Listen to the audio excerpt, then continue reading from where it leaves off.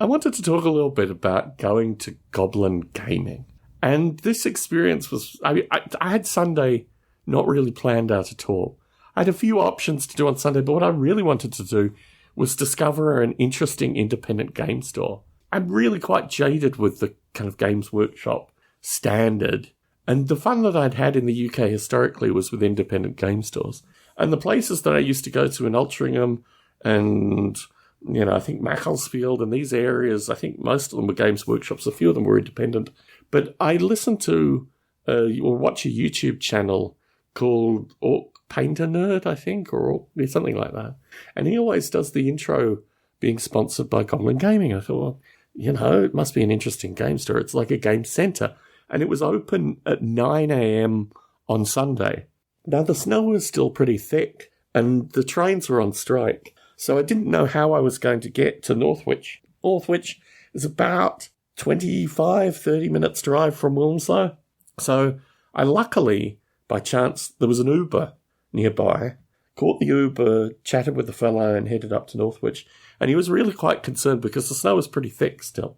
And he was dropping me off in an industrial park in the middle of nowhere. I mean, the centre of town was about a mile walk from the industrial park. So with some interpretation, he dropped me and then it was open. I mean, it had an open sign up. And it wasn't an industrial park. It was an industrial park down a residential road. It was very curious. So anyway, the guy dropped me and I walked into the store and there was a fellow who greeted me who, I don't know, he must have been in his mid-20s, sipping on a coffee.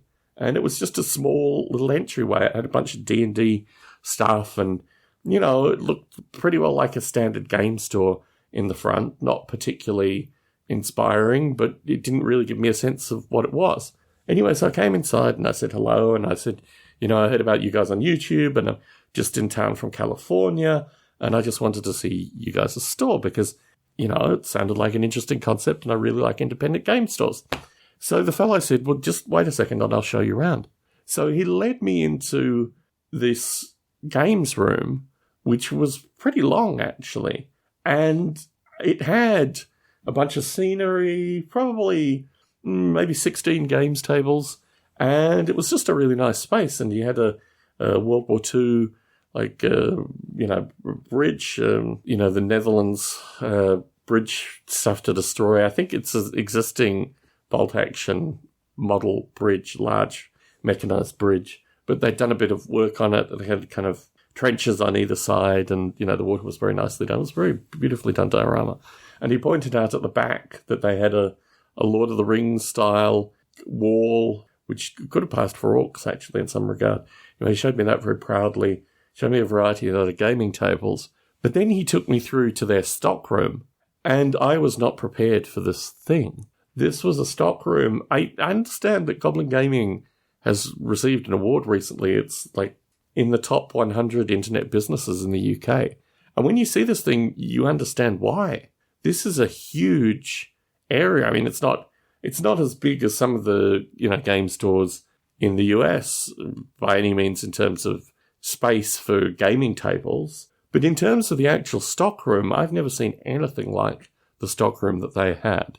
They had duplicates of every offering from Games Workshop, every offering from Bolt Action. They had a variety of stuff that I'd never seen before.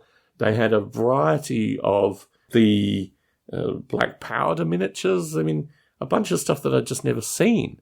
And the ability to see blister packs of Bolt Action, which is a Second World War 28mm war game, was just overwhelming. I'd never had a chance to see these things because when you order them online, you never know what you're getting. These things turn up and you sometimes feel quite disappointed. But to actually have the models in front of you to look at is such a luxury. And I went through them with great, interest. It was amazing. I picked up 2 Rommel figures, which required me to get 2 relatively brief books as well, and a bunch of historical figures and other things that I think will just make really interesting painting.